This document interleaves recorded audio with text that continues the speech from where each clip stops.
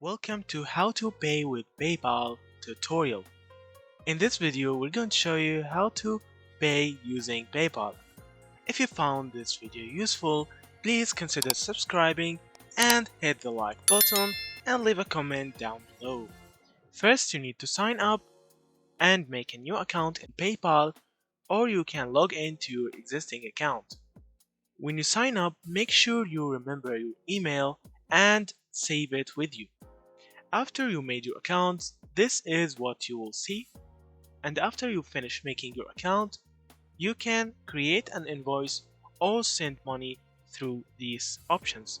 You can click on send, then you can choose name, username, email or mobile phone to send money through.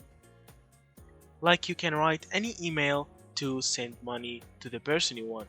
You just need an info from him to make the payment. Or you can send an invoice. If you found this video useful, please consider subscribing and hit the like button and leave a comment down below. So that was it. Thank you for watching and see you in the next videos.